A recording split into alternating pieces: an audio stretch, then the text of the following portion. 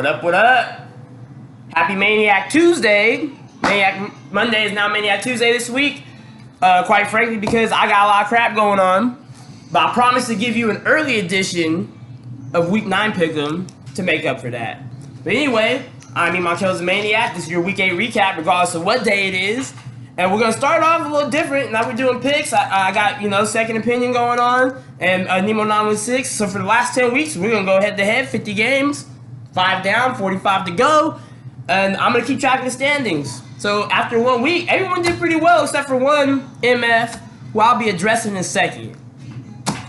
But for the first week, Nemo 916, damn you, big brother. Always won half a step ahead of me somehow. But he went 4-1. Me and Justin Satiable. Good stuff last week, Justin, once again, on handling our bedbug issue from last week. We both went 3-2. And then one man, a certain Fog Hat, had the nerve to say some stuff to me that I didn't even catch until I watched the video back. He went 1-4 in his hijacking of my show last week. So Peabody Fog Hat, here's what Peabody Fog Hat had to say last week to me before he made these sorry-ass picks that didn't even do nothing. 1 out of 4 again. Here's what he had to say to me.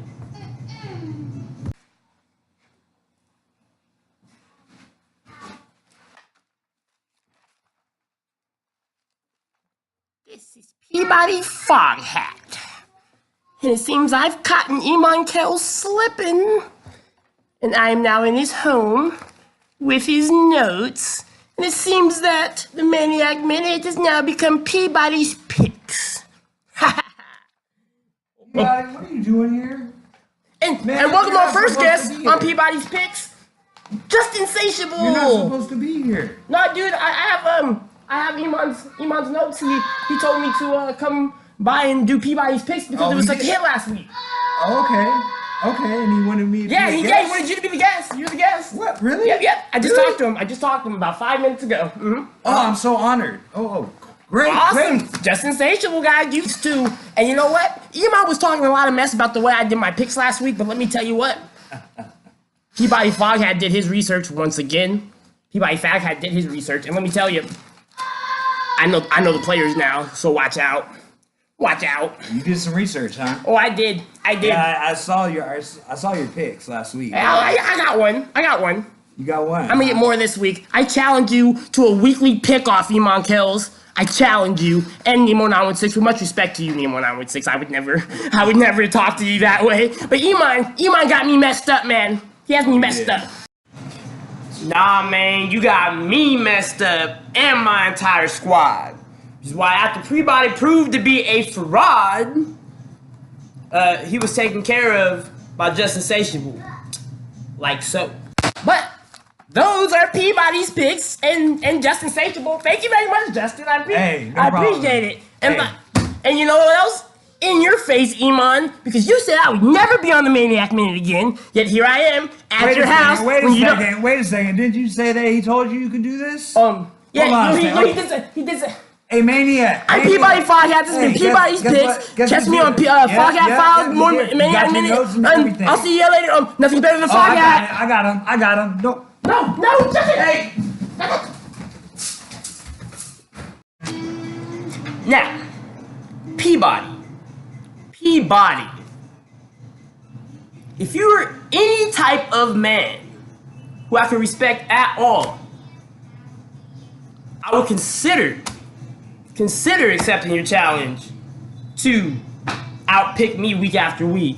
But seeing that you're a coward who's gonna get his ass beat when I see him, on top of the fact you know nothing about football, and you make this preposterous challenge to me, and then go 1-4 for the second week in a row. Aside from that, I can't even rely on you to get me videos on time. I said it once, I'll say it again. Justin Satiable took care of you last week. If me or Nemo 916 see you in the streets, bad. But you listen to me and you listen good, Peabody Fog Hat. You will never, ever be on another episode of the Maniac Minute. You got that? Now, I'm going to go back to football while I'm still composed, because you're making me angry, and I'm leaving my happy place. I do this to be happy, but you taking me off. So, I don't want to see you no more. I'm not going to see you no more. I think you get it. And, ladies and gentlemen, I'm sorry if you thought he was entertaining. I'm sorry, but no more Peabody, man. I got a show to run. Now, with that, let's head to 5 picks that we're heading into Week 8, huh? How about we can get back on a positive note? All right. Philly, Jacksonville. Who's in more trouble? I said Philly. Nemo said, I said Jacksonville. Nemo said Jacksonville. We were both right. Yep, me and my brother on the same page on that one. Jacksonville is continuing to look like they are not going to do anything and might end up being a rebuild. I thought they might be AFC champions beginning of the season. Now it looks like a rebuild might be in effect. Blake Bortles is terrible. He's freaking terrible. We'll go back. This is really a question. The second one's only a question about last week, but I'm gonna look at the results for this week to determine my answer to that question. So what was worse? Last week when Justin Tucker missed the extra point for the Ravens, or when the Saints allowed that drive to happen in the first place to where they could have tied it if it would have made the extra point. For some reason, Nemo really was just bothered by the Saints allowing that drive. I said the kick was worse because the Saints won and the most accurate kicker ever missed an extra point. I thought that was just funny. But when you go down to week number 8, after week 8, I mean, you got it. I think there's no way around it. It's worse for the Ravens because now they're 4-4. They lost again. The Saints, yeah, they fucked up that last drive, but you know they came out, handled business against the Vikings. They're 7-1, second place in the NFC.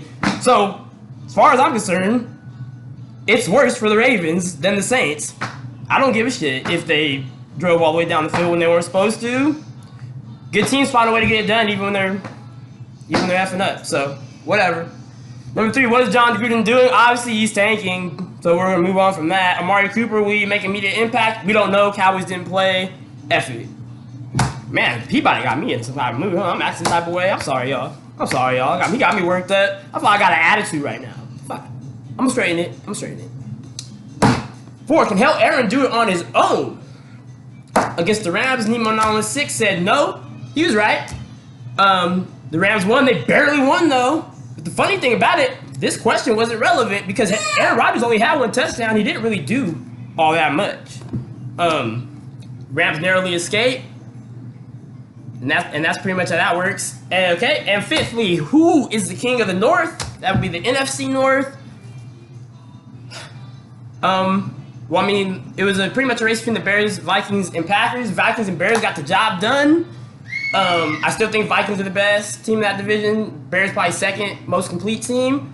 But the Packers went toe-to-toe with the only team who's undefeated in the NFL. So it's still like anybody's ball game. My guess is that the Vikings do win that division, though. And then the Bears and the Packers will be duking for that wild card spot, I think. But, you know, you never know. Any one of them could win that still. I don't know. I'll just say that. I'm not gonna say definitively like I'm some kind of person who knows. I don't freaking know. So that was your 5 questions heading into week number 8. So that's over now. We heading to week 9. But before we head into week 9, let's recap with our game of the week.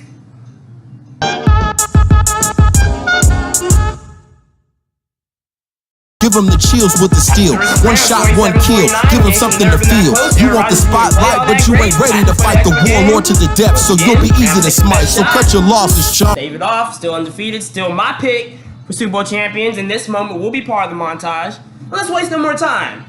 This brings us to our bad mother. Shut your mouth of the week.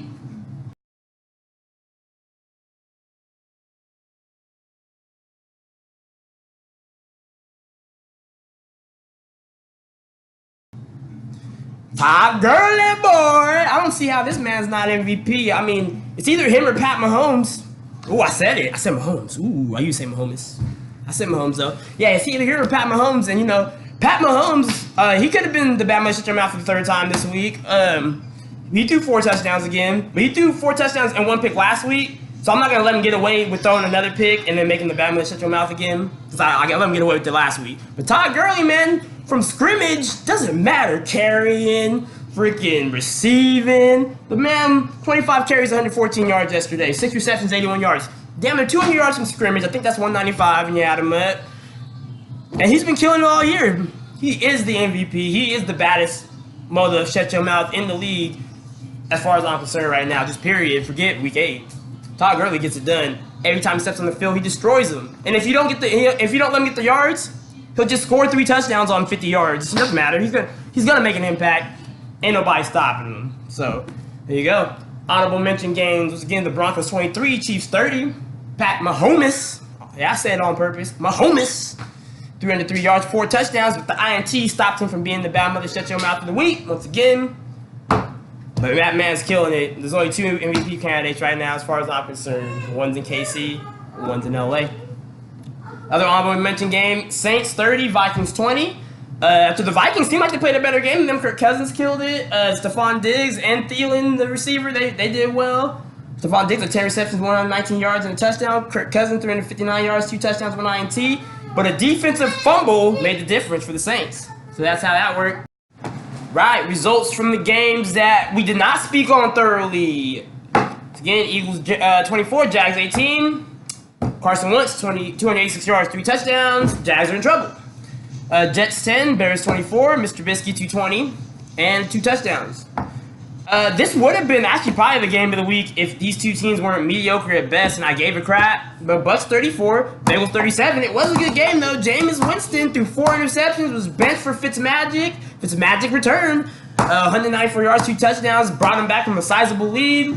Andy Dalton and the Bengals too much though. Andy Dalton 280 yards, 2 touchdowns. And we have a problem in Tampa again. Confusion, who can play quarterback? Cleveland 18. Steelers 33. Steelers win, and Hugh Jackson no longer has a job.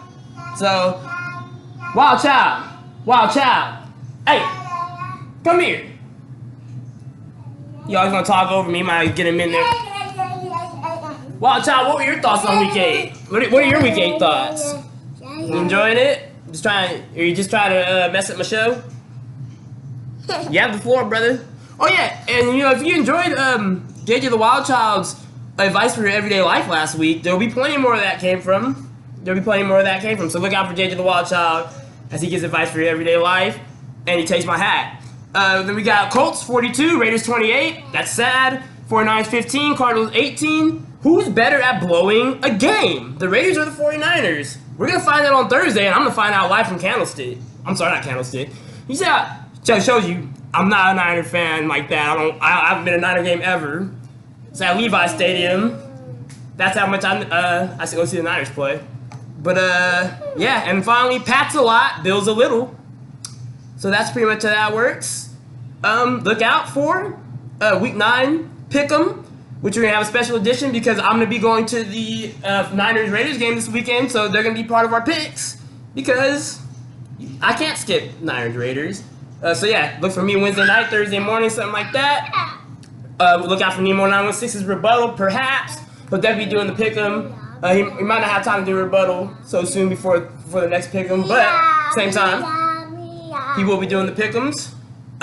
Look out for my next guest on Second Opinion. And Peabody Foghat, once again, look out for your ass. Stay the hell away from my show. Oh, earmuffs. I'm sorry. Once again, I'm Iman Kells the Maniac for JJ the Wild Child. Telling you to enjoy the rest of your week. Take a swing. See you Thursday. Woo! Don't strike out looking.